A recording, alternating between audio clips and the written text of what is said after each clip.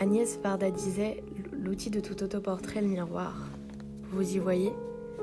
Tournez-le et vous voyez le monde. Le miroir, comme elle le dit bien, c'est un outil.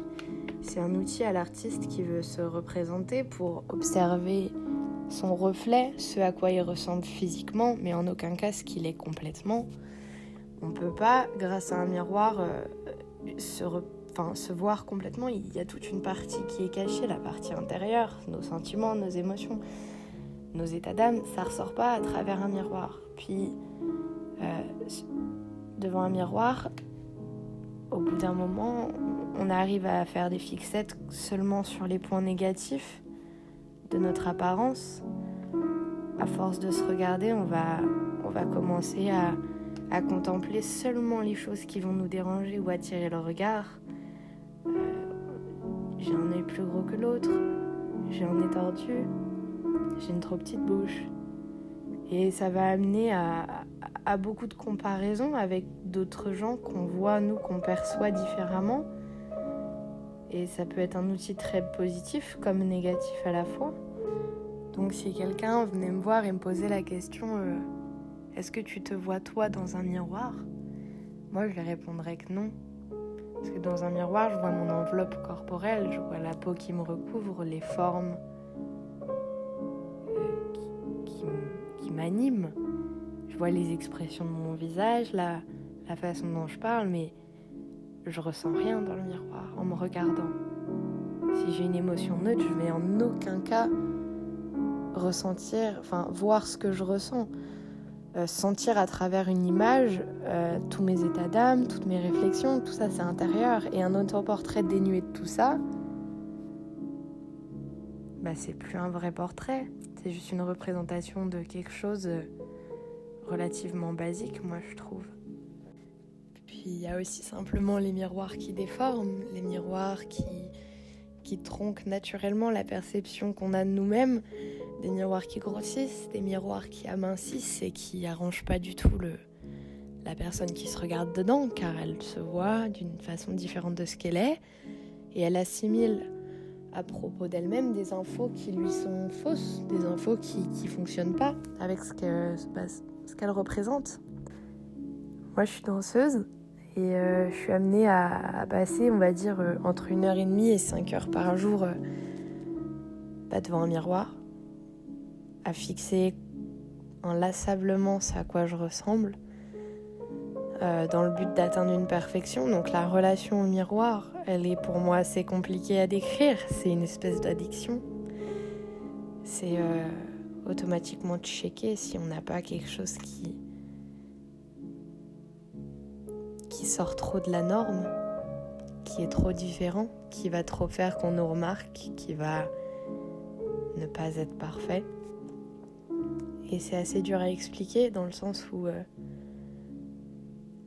on a beau s'en ficher de tout ça, on a beau être complètement neutre face à cet avis, face à l'avis des autres, mais à partir du moment où on nous installe un miroir qui nous permet de regarder ce à quoi on ressemble, on arrive dans une dépendance esthétique, dans cette chose qui nous force à aimer ce à quoi on ressemble. Et quand je parle d'esthétique, je parle d'une certaine forme de plaisir esthétique. Aimer ce à quoi je ressemble, mais le plaisir esthétique, c'est le plaisir des sens. Donc c'est pas seulement la vue, ça peut être l'odorat, ça peut être le toucher, le goût. Donc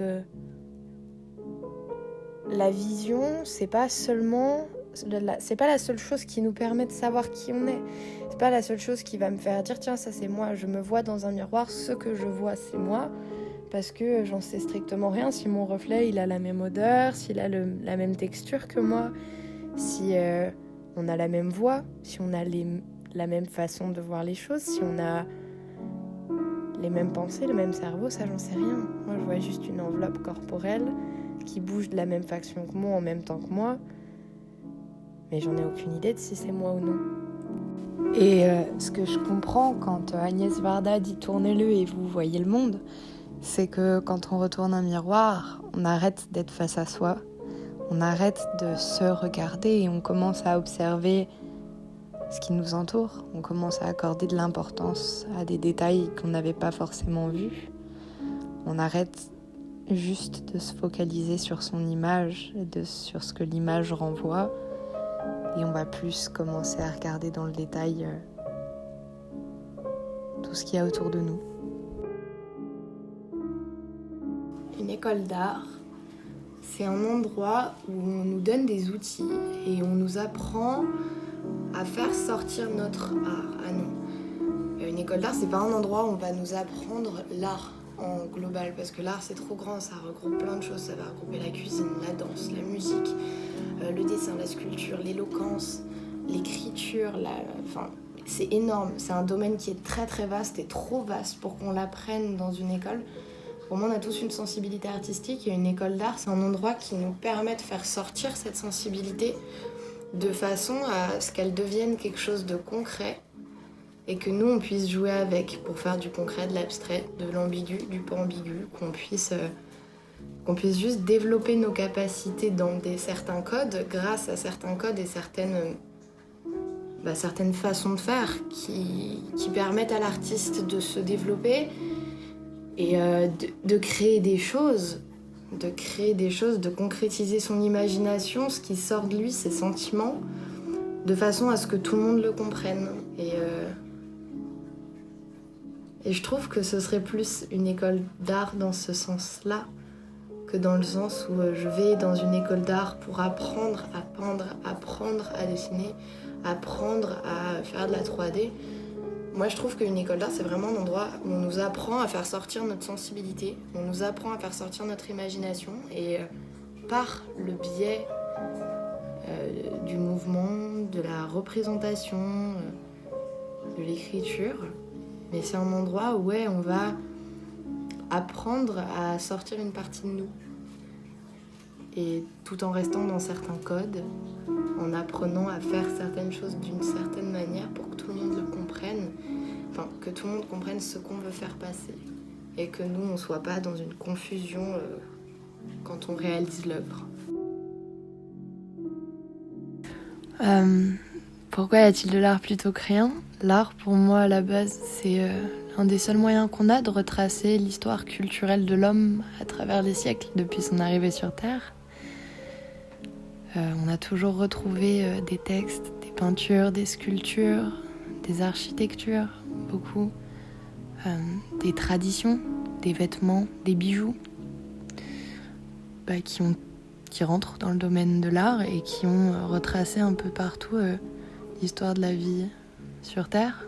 Donc c'est quelque chose qui permet de laisser une trace. Et puis on remarque que c'est un peu inné chez l'homme. C'est quelque chose qui lui vient naturellement. Donner des feutres à un enfant, donner-lui de la peinture ou un crayon, il va en faire quelque chose.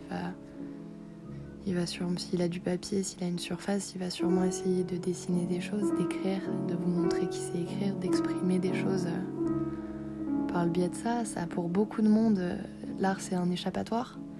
C'est un moyen de faire face à ses soucis du quotidien. C'est un moyen de les exprimer, de faire passer ses ressentis, de faire bouger le monde en montrant ses idées, ses opinions, en faisant passer des messages puissants ou pas. Faire de l'art abstrait, ça divertit aussi. C'est des choses qui sortent de la tête des gens.